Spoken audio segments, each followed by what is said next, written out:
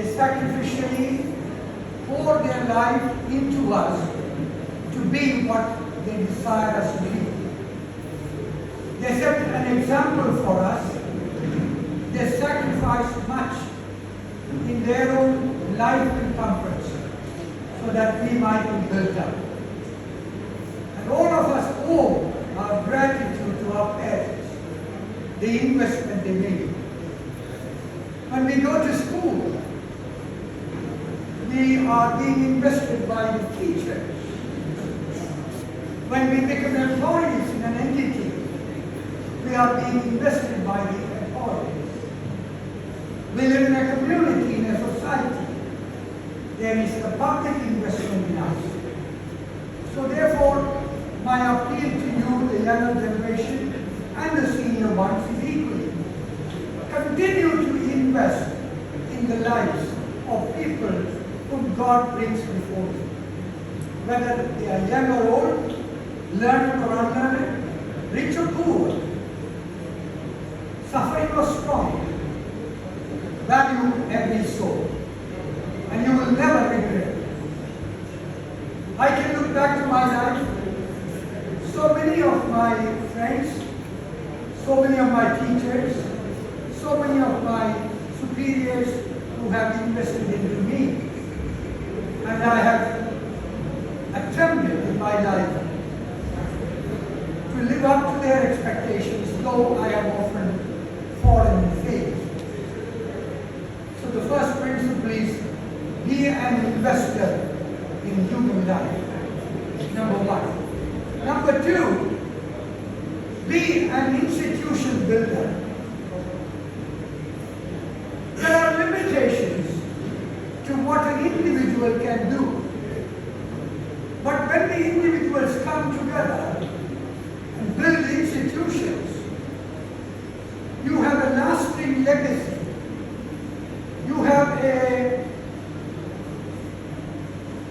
something that continues the spirit of the individuals to impact the community and serve humanity. Let me say the first and the most glorious institution is the institution of family. God in His wisdom instituted the first family on earth, a man and a woman, to come together and to replenish the earth, to be fruitful and be a blessing. Honoring that family institution and building that institution is a moral obligation to our Creator God. It's a stewardship that God has invested to us. And therefore, esteem to the highest the institution of family. I'll go beyond the institution of family, whether it be an institution of education, or institution of healthcare, or an institution of religious and moral and spiritual guidance, whatever it is, your calling in life, you know. And you and I need to make sure that we don't live for ourselves, we live for others. What we have received, we give. It's more blessed to give than to receive. My third point, we all are framed. Our life is brief on earth. Time, chronologically speaking, we talk about our earthly life, 70, 80, 90.